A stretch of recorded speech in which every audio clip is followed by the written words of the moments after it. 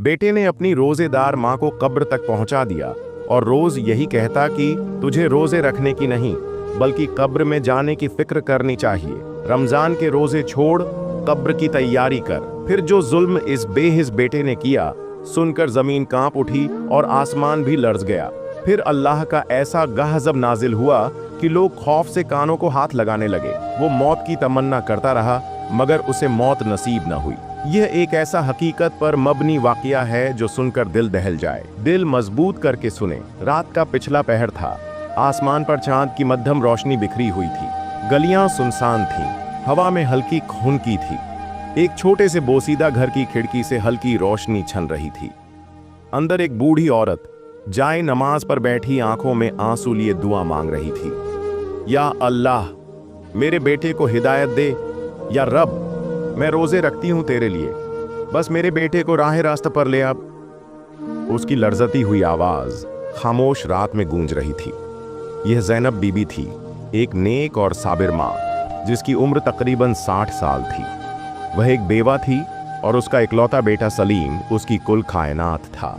सलीम बचपन में बहुत मासूम और फरमाबरदार था, लेकिन वक्त और बुरी सोहबत ने उसे बदल दिया था।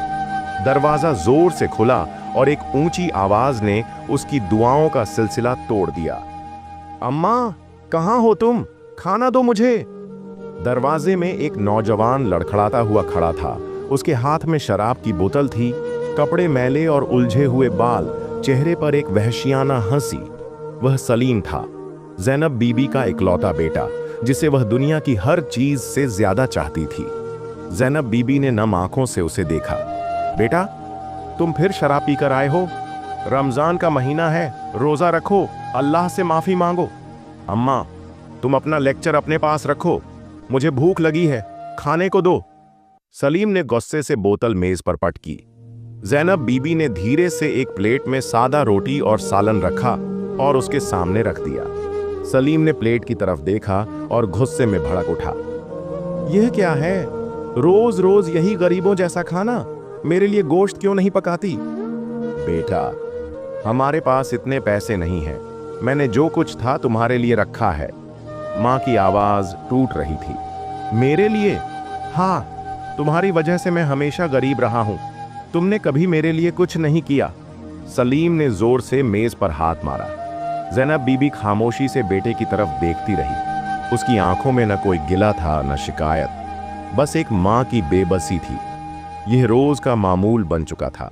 सलीम दिन भर बाहर रहता, रात गए नशे में धुत होकर आता और अपनी माँ पर गुस्सा निकालता। वह अपने दोस्तों के साथ सारा दिन जुआ खेलता, शराब पीता और गुनाहों में डूबा रहता। दूसरी तरफ ज़ैनब बीबी रोजे रखती, तहज्जुद पढ़ती और अल्लाह से अपने बेटे की हिदायत के लिए दुआ करती।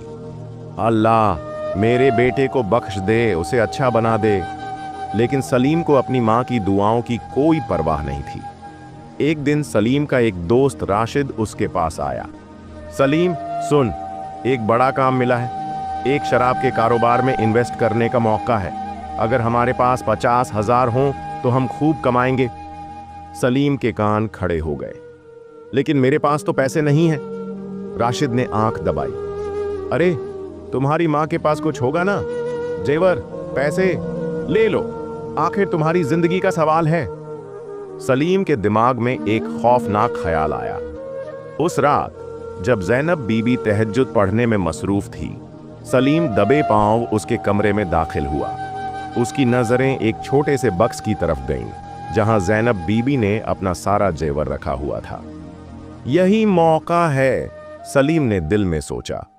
उसने आहिस्ता से बक्स खोला और माँ की 2 चूड़ियां निकाल ली। यह वो चूड़ियां थीं जो उसके वालिद ने ज़ैनब बीबी को शादी के वक्त पहनाई थीं। अगली सुबह जब ज़ैनब बीबी ने बक्स खोला तो वह हैरान रह गई। मेरे जेवर कहाँ गए? उसकी आवाज लर्ज रही थी। सलीम ने झूठ बोला। पता नहीं अम्मा, शायद तुम्हें याद ना हो, तुमने कहीं और रख दिए होंगे। ज़ैनब बीबी की आंखों में आंसू आ गए, लेकिन उसने कुछ नहीं कहा। रमजान के आखिरी अशरे का आगाज हो चुका था। ज़ैनब बीबी ज्यादा इबादत करने लगी थी। वह रात को उठकर दुआ करती, कुरान पढ़ती और अपने बेटे की हिदायत के लिए अल्लाह के हुजूर गिड़गिड़ाती। या अल्लाह, मेरा बेटा बहुत भटक गया है, इस पर रहम कर। लेकिन दूसरी तरफ सलीम की बर्बादी बढ़ती जा रही थी। एक दिन वह नशे में धुत घर आया और माँ को सेहरी के वक़्त जगाया। अम्मा उठो, मुझे पैसे दो। ज़ैनब बीबी ने हैरानी से देखा। बेटा, मैं कहाँ से दूं? तुमने मेरे जेवर भी बेच दिए। यह सुनकर सलीम तैश में आ गया। तुम्हारी वजह से मेरी जिंदगी बर्बाद हो रही है। उसने गुस्से में माँ को धक्का दे दिया। ज़ैनब बीबी जमीन पर गिर गई। उसका सर एक लकड़ी से टकरा गया, खून बहने लगा। सलीम ने एक लम्हे के लिए देखा, लेकिन फिर कंधे उचकाए और बाहर चला गया, जैसे कुछ हुआ ही ना हो। ज़ैनब बीबी जमीन पर पड़ी थी, उसकी सांसें बेतरतीब हो रही थीं। उसके होंठों पर सिर्फ एक दुआ थी, या अल्लाह, मेरे बेटे को माफ कर दे। ज़ैनब बीबी के सर से खून बह रहा था, मगर उसने किसी को आवाज नहीं दी। वह लड़खड़ाते हुए उठी, दीवार का सहारा लिया और जाए नमाज पर बैठ गई। आंखों में आंसू थे, मगर दिल में बेटे के लिए बद्दुआ नहीं, बस एक ही दुआ थी, या अल्लाह, मेरे सलीम को हिदायत दे। सुबह की अजान हुई। ज़ैनब बीबी ने कांपते हाथों से वुजू किया और नमाज के लिए खड़ी हो गई। उसके दिल में एक सुकून था कि वह अपना फर्ज निभा रही है, लेकिन जिस्म जवाब दे रहा था। उसका सर दर्द से फटा जा रहा था, मगर उसने सब्र किया। सलीम अभी तक घर नहीं आया था। वह हमेशा की तरह पूरी रात बाहर नशे में धुत दोस्तों के साथ गुजार चुका था। सूरज चमकने लगा, मगर ज़ैनब बीबी की आंखें दरवाजे पर जमी रहीं। 10 बजे दरवाजा धड़ाम से खुला और सलीम अंदर आया। उसकी आंखें सुर्ख थीं, हाथ में वही शराब की बोतल थी। मां को देखकर उसके माथे पर शिकन तक नहीं आई, जैसे कुछ हुआ ही ना हो। अम्मा, नाश्ता बना दो। ज़ैनब बीबी ने नम आंखों से अपने बेटे को देखा। वह बोली तो उसकी आवाज टूट रही थी। बेटा, रोजे रख लो, अल्लाह तुम्हें माफ कर देगा। सलीम ने कहा लगाया। अम्मा, तुम्हें पता है ना, मुझे इन सब चीजों में कोई दिलचस्पी नहीं। मुझे खाना दो, फजुल बातें मत करो। ज़ैनब बीबी खामोशी से उठी, कमजोर हाथों से रोटी बनाई और उसके सामने रख दी। सलीम ने निवाला तोड़ा, मगर अचानक हाथ रोक लिया। यह क्या है? सालन में गोश्त क्यों नहीं? बेटा, हमारे पास इतने पैसे नहीं हैं कि रोज गोश्त पकाया जाए। जो कुछ था वही बना दिया। सलीम ने गुस्से में प्लेट उठाकर जमीन पर पटक दी। तुम्हारी वजह से मेरी जिंदगी जहन्नम बनी हुई है। अगर मेरे पास पैसे होते तो आज मैं भी अमीरों की तरह रहता। ज़ैनब बीबी ने बेटे के चेहरे को देखा। उसकी आंखों में नफरत थी। मां ने सर झुका लिया, मगर दिल में दुआ बाकी रही। उसी शाम सलीम के दोस्त फिर उसके घर आ गए। वे सब घर के आंगन में बैठे थे। सिगरेट और शराब की बू हर तरफ फैली हुई थी। ज़ैनब बीबी अंदर बैठी कुरान पढ़ रही थीं, मगर बार बार बाहर से कह सुनकर उनका दिल कांप जाता था। सलीम, अगर हमें जिंदगी में कामयाब होना है तो हमें बड़े लेवल पर इन्वेस्ट करना होगा, मगर पैसे कहां से आएंगे? तुम्हारी मां के पास कुछ ना कुछ तो होगा। सुना है बूढ़ी औरतें जेवर छुपाकर रखती हैं। यह सुनते ही सलीम का दिमाग घूम गया। तुम ठीक कह रहे हो, कल मैं यह काम खत्म कर दूंगा। अगली सुबह जब ज़ैनब बीबी तहज्जुद के बाद बैठी तो सलीम चुपके से उनके पास आया। अम्मा, तुम्हारे पास जो भी जेवर या पैसे हैं मुझे दे दो। मां हैरान रह गई। बेटा, मैंने सब कुछ तुम्हारे लिए रखा है, मगर तुम इन पैसों का क्या करोगे? ये सवाल तुम मुझसे मत पूछो, मुझे बस दे दो। ज़ैनब बीबी खामोश हो गईं। वह जानती थीं कि इनकार करने का कोई फायदा नहीं होगा। उन्होंने अपने कपड़ों की अलमारी से एक छोटा सा बक्स निकाला, जिसमें कुछ पुराने जेवर और थोड़ी सी रकम रखी थी। यह है सब कुछ। सलीम ने झपट कर बक्स उठाया। उसकी आंखों में लालच झलक रहा था। यही काफी है, अब मैं अपनी जिंदगी बना सकता हूं। वह तेजी से दरवाजे की तरफ बढ़ा, मगर अचानक ज़ैनब बीबी ने उसका हाथ पकड़ लिया। बेटा, बस एक बार सोच लो, कहीं तुम गलत रास्ते पर तो नहीं जा रहे? सलीम ने एक झटके से अपना हाथ छुड़ाया। अम्मा, तुम हमेशा मेरे रास्ते में क्यों आ जाती हो? तुम्हारी नसीहतें अब मुझे जहर लगने लगी हैं। यह कहकर वह दरवाजा जोर से बंद करके चला गया। ज़ैनब बीबी ने पहली बार अपने बेटे के मुंह से ऐसी बात सुनी थी। उनकी आंखों में आंसू आ गए, दिल बैठ गया। 2 दिन गुजर गए। सलीम घर नहीं आया। माँ दरवाजे पर नजरें जमाए बैठी रहीं, मगर वह नहीं आया। तीसरी रात जब वह वापस आया तो उसकी हालत पहले से भी बिगड़ चुकी थी। उसके कपड़े फटे हुए थे, चेहरे पर जख्म थे और वह बमुश्किल चल पा रहा था। कुछ नहीं अम्मा, बस किस्मत खराब थी। पता चला कि सलीम ने अपने दोस्तों के साथ जुआरियों के साथ शर्त लगाई और सब कुछ हार गया। अब वह खाली हाथ था, यहां तक कि मां के दिए हुए जेवर और पैसे भी खत्म हो चुके थे। अम्मा, मेरे लिए कुछ खाने को है? बेटा, तुम्हारे बिना मैंने कुछ भी नहीं खाया। ज़ैनब बीबी ने चूल्हे पर बचा हुआ खाना गर्म किया और उसके सामने रख दिया। सलीम ने एक निवाला लिया और मां की तरफ देखा। उनकी आंखों में पहले की तरह मोहब्बत थी, जैसे कुछ हुआ ही ना हो। अम्मा, तुम मुझसे नाराज नहीं हो? मां अपने बच्चों से कब नाराज होती है बेटा? सलीम की आंखों में पानी आ गया, मगर वह जल्दी से उठकर बाहर निकल गया, जैसे कुछ महसूस ही नहीं करना चाहता था। रात के आखिरी पहर ज़ैनब बीबी तहज्जुद के लिए उठीं, दुआ के लिए हाथ बुलंद किए। या अल्लाह, मेरा बेटा बहुत भटक चुका है, इसे हिदायत दे दे। अगर वह बाज नहीं आता तो बस उसका अंजाम मेरे सामने न आने देना। सलीम बाहर बैठा था। उसने पहली बार मां की दुआओं को गौर से सुना, मगर शैतान उसके दिल में पहले ही घर बना चुका था। अगले दिन सलीम के दोस्त फिर आ गए। सलीम, तुम्हें अपने नुकसान का बदला लेना होगा। कैसे? हम एक बड़ा काम करने जा रहे हैं, एक दुकान लूटनी है। अगर तुम साथ दोगे तो बहुत पैसे कमाएंगे। सलीम के दिमाग में एक शैतानी ख्याल आया। ठीक है, मैं भी तुम्हारे साथ हूं। यह वह लम्हा था जहां सलीम ने अपनी मां की आखिरी उम्मीद को तोड़ दिया था। वह गुनाह की दुनिया में और गहराई में जा रहा था और ज़ैनब बीबी की दुआएं भी अब कमजोर पड़ती जा रही थीं। अगली रात जब सलीम लौट कर आया तो उसके हाथ खून में लथपथ थे। मां ने उससे देखकर कांपते हुए पूछा, बेटा, ये खून कैसे लगा? सलीम ने नजरें चुराईं। कुछ नहीं अम्मा, बस एक छोटा सा झगड़ा हो गया था। मगर मां जानती थी कि यह कोई आम झगड़ा नहीं था। वह पहली बार अपने बेटे के लिए खौफजदा हो चुकी थी। सलीम की आंखों में एक वहशत थी और हाथों पर जमा हुआ खून अभी तक सूखा नहीं था। ज़ैनब बीबी का दिल किसी अनजाने डर से कांप रहा था। बेटा, मुझे सच सच बताओ, ये खून किसका है? उनकी आवाज लड़खड़ा रही थी। सलीम ने नजरें चुराईं, जैसे कोई चोर पकड़ा गया हो। कुछ नहीं अम्मा, बस एक मामूली झगड़ा था, तुम फिक्र मत करो। मगर मां की ममता ने सच को महसूस कर लिया था। उन्होंने बेटे के कपड़ों को देखा, जिन पर खून के धब्बे थे, और उनका दिल बैठने लगा। बेटा, अल्लाह से डरो, कहीं ऐसा ना हो कि तुम्हारा अंजाम बहुत बुरा हो। सलीम ने एक जहरीली मुस्कान के साथ मां की तरफ देखा। अम्मा, अब बस भी करो। तुम्हारी ये नसीहतें मेरी जिंदगी बर्बाद कर रही हैं। मैं जो कर रहा हूं मुझे करने दो।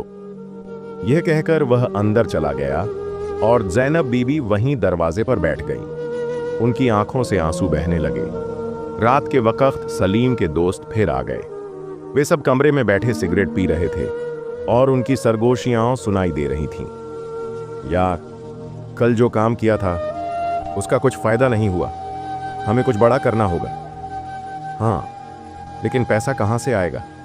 सलीम, जो खामोश बैठा था, अचानक बोला, मेरे पास एक आइडिया है। सब उसकी तरफ मुतवज्जा हो गए। मेरी माँ के पास एक पुराना जेवर और कुछ जमा की हुई रकम बाकी है। अगर वह हाथ आ जाए तो हमारा काम बन सकता है। एक दोस्त ने कहकहा लगाया, वाह सलीम, तुम तो असली खिलाड़ी निकले। अपनी माँ को लूटने का सोच रहे हो? सलीम ने कंधे उचकाए। क्या फर्क पड़ता है? मैं जो भी करूं मेरे फायदे के लिए होगा। यह बात कहते हुए उसके दिल में कोई शर्मिंदगी नहीं थी, कोई पछतावा नहीं था। अगली सुबह जब ज़ैनब बीबी तहज्जुद के बाद जाए नमाज पर दुआ मांग रही थी, सलीम आहिस्ता आहिस्ता उनके कमरे में दाखिल हुआ। अम्मा, मुझे कुछ पैसे चाहिए। माँ ने हैरानी से बेटे को देखा। बेटा, अभी तो 2 दिन पहले तुम्हें सब कुछ दे दिया था, अब और कहाँ से दूं? सलीम के चेहरे पर मायूसी छा गई। अम्मा, तुम्हारे पास कुछ ना कुछ तो होगा, वही दे दो। ज़ैनब बीबी की आंखों में आंसू आ गए। बेटा, मैं तुम्हें सब कुछ दे चुकी हूं, अब मेरे पास सिर्फ ये चंद कपड़े और कुछ दुआएं हैं। ये सुनते ही सलीम का गुस्सा भड़क उठा। अम्मा, तुम मुझे पागल बनाने की कोशिश कर रही हो। मुझे अच्छी तरह मालूम है कि तुम्हारे पास कुछ जेवर और पैसे हैं। मां का दिल दहल गया। बेटा, अगर मैं कह रही हूं कि मेरे पास कुछ नहीं, तो तुम्हें यकीन क्यों नहीं आ रहा? सलीम का सब्र जवाब दे गया। वह आगे बढ़ा और गुस्से में अलमारी को खोलने लगा। ज़ैनब बीबी ने रोकने की कोशिश की, मगर सलीम ने उन्हें धक्का दे दिया।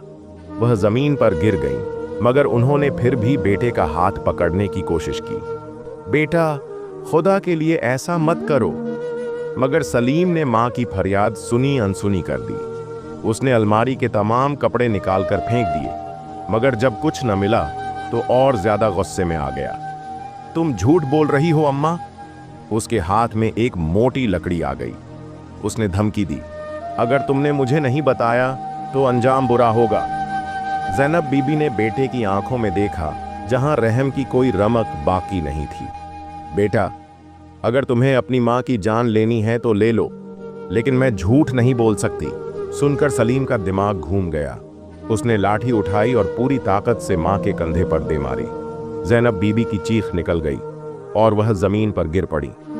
बेटा, अल्लाह से डरो। मगर सलीम के कानों पर जूं तक न रेंगी। उसने एक और वार किया और फिर एक और।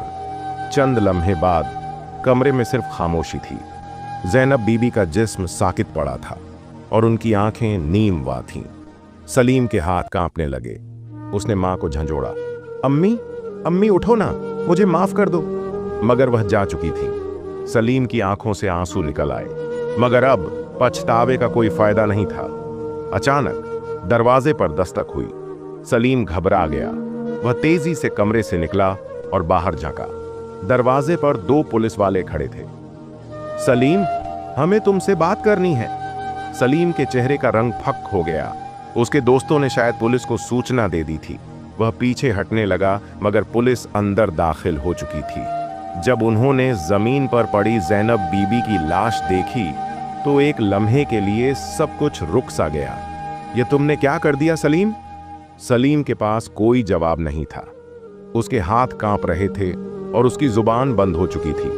चंद लम्हों बाद हथकड़ियां उसके हाथों में थीं और वह पुलिस के साथ जा रहा था। मोहल्ले वाले दरवाजे के बाहर जमा हो गए थे। हर कोई हैरानी और अफसोस से देख रहा था। बेटे ने अपनी रोजेदार मां को मार डाला। यह जुमला पूरे मोहल्ले में गूंज रहा था, मगर अब सलीम के लिए कुछ भी मानी नहीं रखता था। वह जा चुका था और उसके पीछे सिर्फ एक मां की खामोशी रह गई थी। रात की तारीकी छा चुकी थी। थाने की सलाखों के पीछे बैठा सलीम अपनी किस्मत पर आंसू बहा रहा था। उसके कानों में मां की आखिरी चीखें मुसलसल गूंज रही थीं। वह अपनी ही सांसों से खौफजदा था। पुलिस इंस्पेक्टर फहद, जो कई सालों से जुर्म की तहकीकात कर रहा था, आहिस्ता आहिस्ता सलीम के करीब आया। सलीम, जानते हो तुमने क्या किया है? सलीम की आंखें सुर्ख थीं और चेहरे पर खौफ के साए मंडरा रहे थे।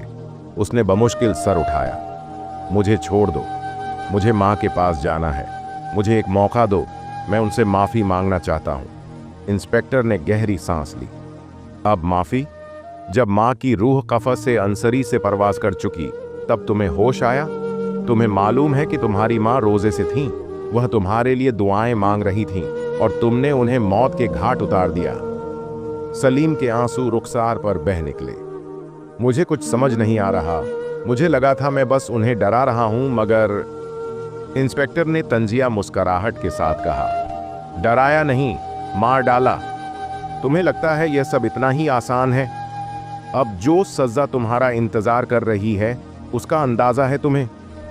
सलीम की आंखों में एक बार फिर खौफ उभर आया। क्या मुझे सजाए मौत होगी? इंस्पेक्टर ने उसकी तरफ देखते हुए कहा, यह अदालत का फैसला होगा, मगर तुम्हारे जुर्म की नौयत देखते हुए तुम्हें सख्त सजा मिलेगी।